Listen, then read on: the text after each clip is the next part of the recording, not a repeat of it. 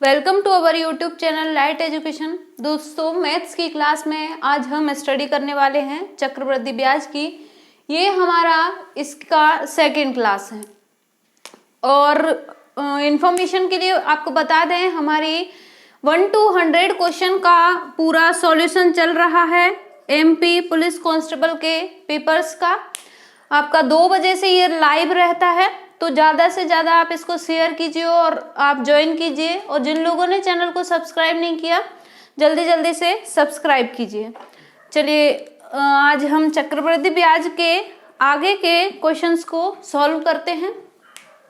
Question दिया है कि 250 रुपए की राशि पहले वर्ष में 4% और दूसरे वर्ष में 8% के चक्रवृद्धि ब्याज पर कितनी हो जाएगी। तो इसको हम परसेंटेज बेसिस पे करेंगे। तो 4% की जो फ्रैक्शनल वैल्यू रहती है वो कितनी रहती है, 1/25। इसी तरीके से 8% की जो फ्रैक्शनल वैल्यू रहती है वो रहती है 2/25। अब पहले साल पर जो चक्रवृद्धि ब्याज कैलकुलेट हो रहा है वो 4% पर कैलकुलेट हो रहा है और अगली साल पर चक्रवृद्धि ब्याज कैलकुलेट हो रहा है 8% पर। तो यहाँ से 250 का जब 1/25 निकालेंगे तो कितना निकल के आएगा, ये निकल के आएगा 10। यहाँ से जब 250 का 2/25 निकालेंगे तो ये निकलेगा, यहाँ से ये 10 बार कैंसिल हुआ और ये आया 20। अब फर्स्ट ईयर पर कितना ब्याज, कितनी परसेंट से ब्याज कैलकुलेट हो रहा है, 4% से। तो 4% से ब्याज कितना निकल के आएगा, 10। अगली साल के लिए ब्याज किस पर कैलकुलेट हो रहा है, 8% पर। तो 8% से इसकी वैल्यू क्या आएगी, 20 आएगी। अब जो ब्याज पर ब्याज कैलकुलेट होगा वो किस ईयर के लिए कैलकुलेट होगा, दूसरे साल के लिए। तो दूसरे साल पर जो ब्याज ऐड होगा वो इस ब्याज पर ऐड होगा। तो 10 का यहाँ से 8% जब हम निकालेंगे, मतलब 2/25 निकालेंगे, 5 से इसको कैंसिल किया 2 बार, 5 से इसको कैंसिल किया 5 बार, ये आया 4/5।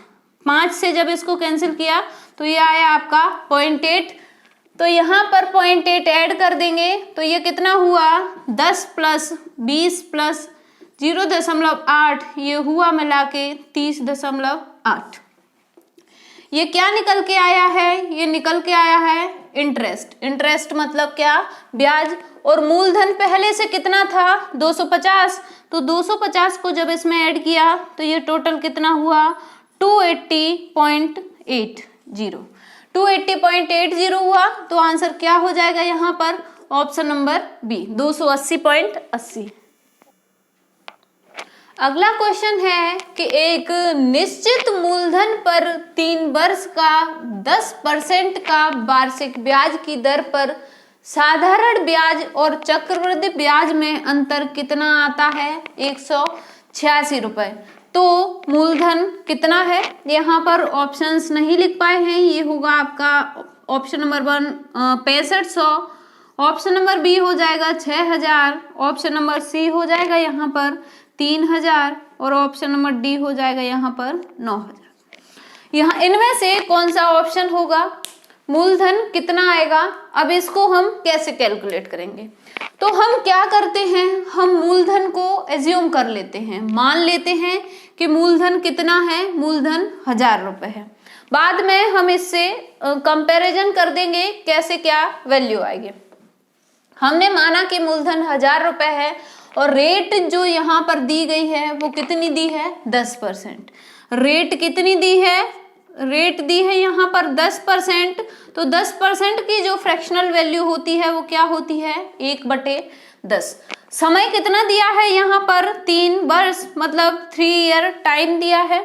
तो यहाँ से फर्स्ट ईयर के लिए हम कैलकुलेट करेंगे, सेकेंड ईयर के लिए कैलकुलेट करेंगे और थर्ड ईयर के लिए कैलकुलेट करेंगे।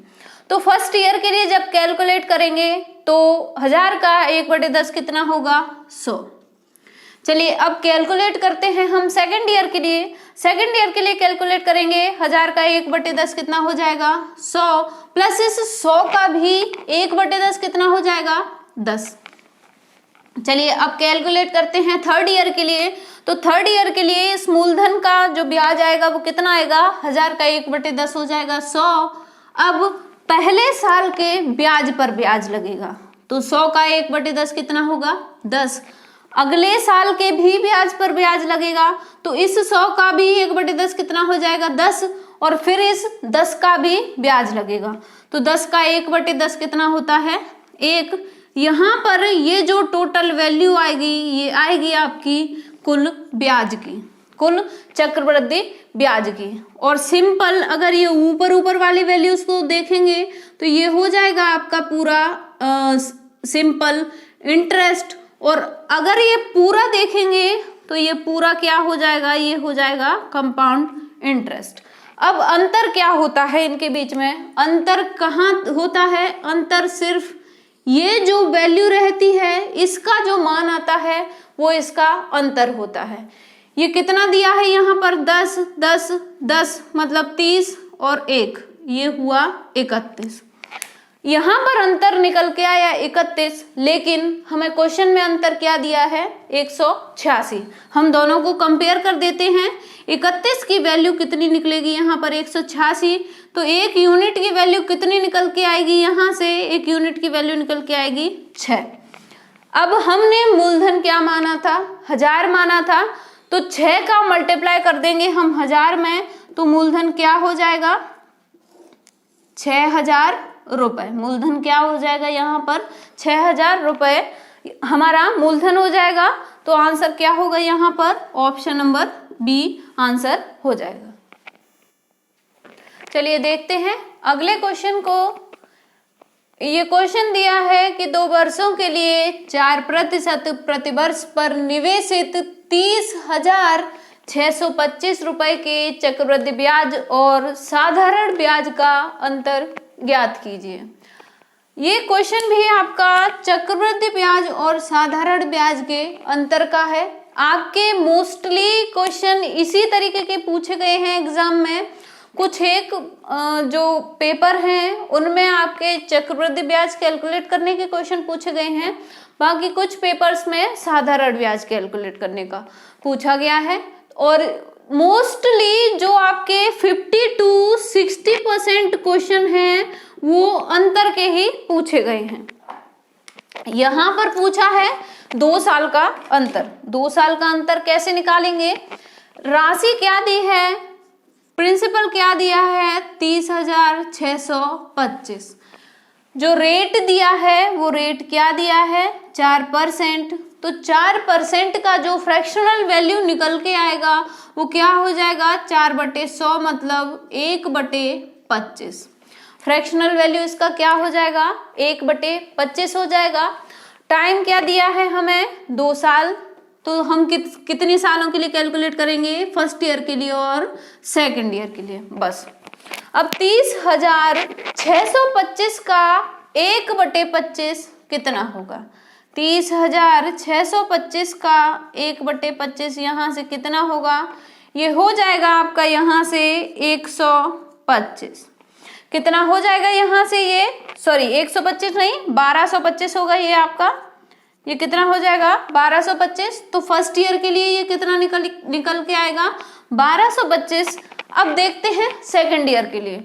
तो सेकंड ईयर के लिए इस प्रिंसिपल पर आपका 1/25 मतलब 4% ब्याज कितना निकल के आएगा, ये भी आपका 1225 निकल के आएगा।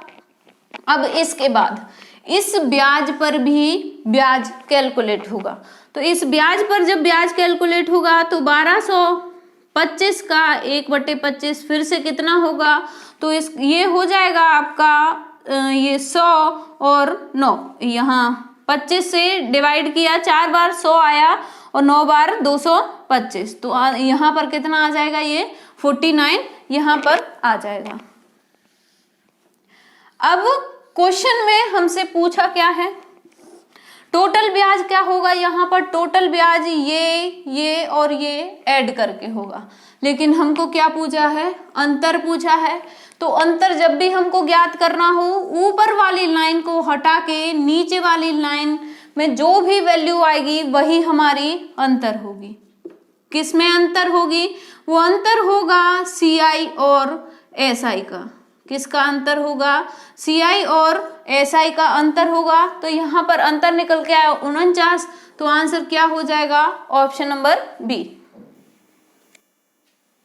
चलिए देखते हैं अगले क्वेश्चन को। क्वेश्चन दिया है यहाँ पर कि 32,000 रुपए पर राशि ज्ञात कीजिए जो 10% की दर से 1.5 वर्ष तक अर्धवार्षिक चक्रवृद्धि ब्याज बढ़ता है। मतलब वो अमाउंट हमें निकालना है जिस पर 10% की दर से 1.5 साल में ये राशि बढ़ के इन ऑप्शंस में से कोई एक आंसर होगा, वो हो जाती है। वो राशि क्या होगी? 32,000 रुपए की राशि 10% की दर से बढ़ेगी 1.5 साल में, और जो आपका ब्याज कैलकुलेट होगा वो कैलकुलेट होगा अर्धवार्षिक। अब अर्धवार्षिक कैलकुलेट ब्याज कैसे होता है? अर्धवार्षिक ब्याज कैलकुलेट होता है प्रति 6 महीने में। 6 महीने में, शुरुआती 6 महीने में वो ब्याज आपका इस रेट से कैलकुलेट हो जाएगा। फिर जो अगला ये जो रेट दी है, ये रेट दी है यहाँ पर वार्षिक में, और हमें जो ब्याज कैलकुलेट करना है वो किस में कैलकुलेट करना है? अर्धवार्षिक। तो यहाँ पर ये रेट क्या हो जाएगी? ये रेट हमारी आधी हो जाएगी यहाँ पर, क्योंकि ये वार्षिक रेट है। तो अर्धवार्षिक के लिए ये रेट क्या हो जाएगी? 5%।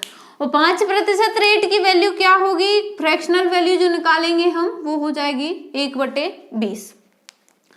अब 1.5 साल में कितने अर्धवार्षिक आएंगे? तो अर्धवार्षिक कितने का होता है? 6 महीने का। और 1.5 साल में कुल मिलाकर कितने महीने होंगे? 12 महीने आपके होंगे 1 साल में, और आधी साल में होंगे 6 महीने। तो टोटल 12 और 6 कितने महीने हो जाएंगे? 18। अब 18 महीनों में कितने अर्धवार्षिक आएंगे? डिवाइड कर देंगे 6 से, तो अर्धवार्षिक आएंगे 3। मतलब इसको 6 महीने को अगर हम 1 ईयर कैलकुलेट करके चलें तो यहाँ पर कितने ईयर के लिए हमको कैलकुलेट करना पड़ेगा? क्योंकि हर 6 महीने के बाद हमें ब्याज कैलकुलेट करना पड़ेगा। ये पहले 6 महीनों का, ये दूसरे 6 महीनों का, और ये तीसरे 6 महीनों का कैलकुलेट होगा। अब ये राशि दी है, वो राशि दी है हमें यहाँ पर 32,000 रुपए की। कितने प्रतिशत से कैलकुलेट करेंगे हम? 5% से। तो 5% की जो फ्रैक्शनल वैल्यू निकल के आएगी वो क्या निकल के आएगी? 1/20। तो 32,000 का 1/20 कितना होगा? 32,000 का 1/20 हो जाएगा यहाँ से 1600। तो पहला जो 6 महीनों के लिए ब्याज कैलकुलेट होगा वो कितना होगा? 1600 होगा। अगले साल के लिए ब्याज कितना कैलकुलेट होगा? यहाँ पर 1600 प्लस इस 1600 का और 1/20 कितना निकलेगा? ये निकल के आएगा 80। कितना निकल के आएगा? 80 निकल के आएगा। इसी प्रकार तीसरे वर्ष के लिए इस मूलधन पर आपका ब्याज कैलकुलेट होगा, वो ब्याज कितना हो जाएगा? 1600 प्लस इस ब्याज पर ब्याज कितना निकलेगा? 80 प्लस इस ब्याज पर ब्याज कितना निकलेगा? 80, और इस 80 पर भी ब्याज कितना निकलेगा? तो 80 का 1/20 कितना हो जाएगा? 4। तो यहाँ पर कितना और ब्याज आ जाएगा? 4। तो यहाँ जो टोटल मिला के ब्याज आएगा वो कितना होगा? 16 16 16, मतलब 4800 प्लस 8 8 8 240 प्लस 4। तो टोटल यहाँ पर ब्याज निकल के आएगा, वो कितना निकल के आएगा आपका? ये पीछे आया यहाँ पर 4 4 और 8 और 2 10 और ये 5 5,044 रुपए टोटल चक्रवृद्धि ब्याज निकल के आया। तो कुल अमाउंट क्या हो जाएगा? तो कुल अमाउंट के लिए हम इसमें मूलधन को ऐड कर देंगे। मूलधन जब इसमें ऐड किया तो ये वैल्यू आई 4407 और 3, मतलब 37,044 रुपए आंसर हो जाएगा इसका। ऑप्शन नंबर सी यहाँ पर इसका आंसर हो जाएगा। अब देखने में आपको ये क्वेश्चन बहुत लॉन्ग लगेगा, लेकिन ये क्वेश्चन लॉन्ग नहीं है। जब आप इसका एक बार इसका पैटर्न समझ में आ जाएगा तो आप 1 सेकंड में यहाँ पर इनका परसेंटेज लिख के तुरंत सॉल्व कर देंगे। लेकिन अगर आप फॉर्मूले से जाएंगे तो वहां पर 3 के लिए क्या आता है? किसी भी वैल्यू का क्यूब आता है। n पावर में लगी रहती है फॉर्मूले में, फॉर्मूला क्या होता है यहाँ से अमाउंट का, A equal to P 1 plus R upon 100 की पावर n। अब देखिए यहाँ पर n की वैल्यू अगर हम 3 रखेंगे तो क्यूब निकालना कितना ज्यादा डिफिकल्ट हो जाता है, तो क्यूब वहां से हमारा कैलकुलेट, हमको बहुत ज्यादा टाइम लग जाएगा कैलकुलेट करने में। तो ये जो तरीका है ये बहुत ही ज्यादा आपके लिए बेनिफिट रहेगा। चलिए अगला क्वेश्चन है, 20,000 रुपए की धनराशि पर 8% वार्षिक चक्रवृद्धि ब्याज की दर से 3 वर्ष का ब्याज ज्ञात कीजिए। कौन सा ब्याज ज्ञात करना है, ये हमें लिखा है यहाँ पर कि 8% वार्षिक चक्रवृद्धि ब्याज की दर से। तो कौन सा ब्याज कैलकुलेट होगा यहाँ पर, चक्रवृद्धि ब्याज। अब देखिए आप 8% की जो फ्रैक्शनल वैल्यू निकल के आती है वो क्या निकल के आएगी, 2/25। 8% की फ्रैक्शनल वैल्यू क्या हो जाएगी, 2/25। तो कितने वर्ष के लिए कैलकुलेट करना है, 3 वर्ष के लिए। हमने फर्स्ट, सेकंड, थर्ड ईयर तीनों यहाँ पर लिख लिया। हम इसको जल्दी जल्दी से सॉल्व करने की कोशिश करेंगे जिससे आपको भी बहुत जल्दी से समझ में आए। तो यहाँ पर 20,000 रुपए का ये 2/25 कितना होगा, 25 से ये डिवाइड हुआ 8 बार, 8 दूने 16, तो ये वैल्यू कितनी आई, 16। तो यहाँ पर जो पहला तीनों साल के लिए ब्याज कैलकुलेट होगा वो कितना होगा, 1600 रुपए। अब अगला 1600 का 2/25 यहाँ से कितना होगा, तो इसका 2/25 यहाँ से होगा, ये हो जाएगा आपका 64, तो ये हो जाएगा यहाँ से 128। तो ये कितनी बार कैलकुलेट होगा, ये भी 3 बार कैलकुलेट होगा, यहाँ पर और यहाँ पर। सॉरी ये 128 नहीं आएगा यहाँ पर, ये सॉरी मिस्टेक हो गया, ये 128 आएगा। फिर इसके बाद अब इस 128 का आपका 2/25 कितना निकल के आएगा, 128 का 2/25 निकल के आएगा आपका 10.24। आप इसको कैलकुलेट करिए, कैलकुलेट करेंगे तो यहाँ से ये कितने बार कटेगा, 25 पंजे 125, बाकी क्या आएगा यहाँ पर 1 और 2। तो 5.12 का मल्टीप्लाई 2 से करेंगे तो आ जाएगा 10.24। 10.24 यहाँ पर कैलकुलेट हो जाएगा। ये किसका ब्याज निकल के आया, ये इस वैल्यू का ब्याज निकल के आया है। जब इसको टोटल करेंगे हम तो टोटल कितना हो जाएगा, ये 16 मतलब 4800 प्लस ये यहाँ पर 128 मिलके हो जाएंगे 384 प्लस ये हो जाएगा 10.24।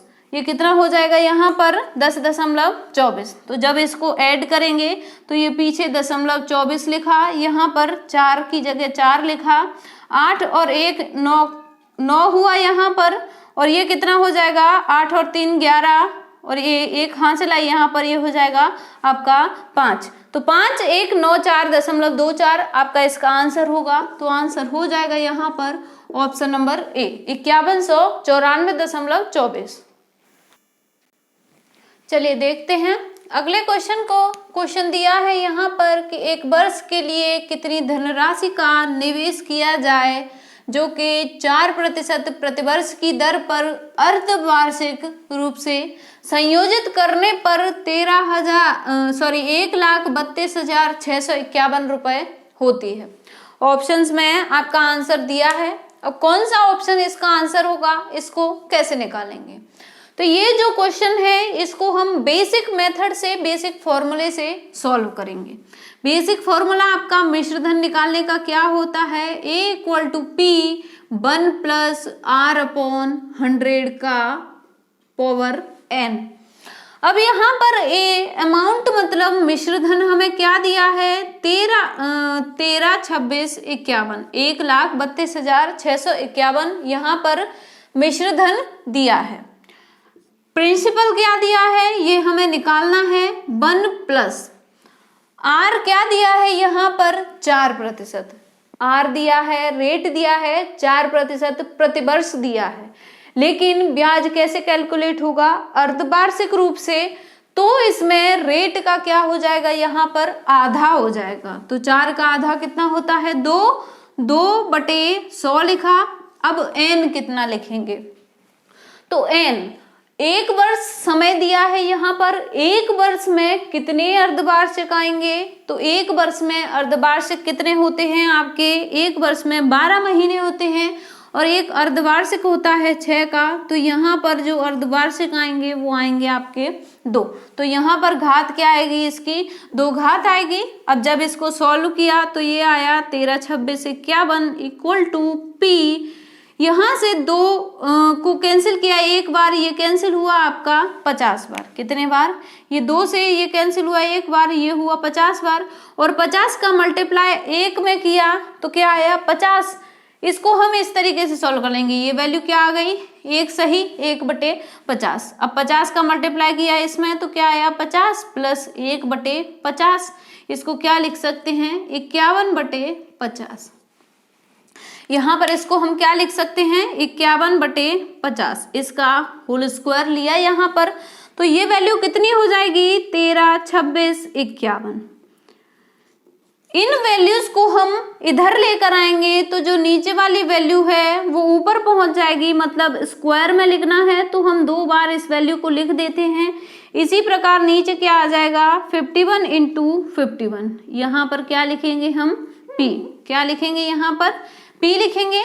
जब हमने इसको कैंसिल किया तो 51 से ये वैल्यू कैंसिल होगी 2600 एक बार, और फिर 51 से हमने इस वैल्यू को कैंसिल किया तो ये होगी आपकी 51 बार कैंसिल। अगर हम देखेंगे तो ये जो वैल्यू लिखी है ये क्या है, 51 का क्यूब लिखा है, 51 का ये घन लिखा हुआ है यहाँ पर। तो इसका जो हमने इसके स्क्वायर से 51 के स्क्वायर से जब इसको कैंसिल किया तो यहाँ पर वैल्यू क्या आई 51। तो P की वैल्यू क्या हो जाएगी, 51 × 50 × 50। 50 × 50 यहाँ पर ये वैल्यू आई।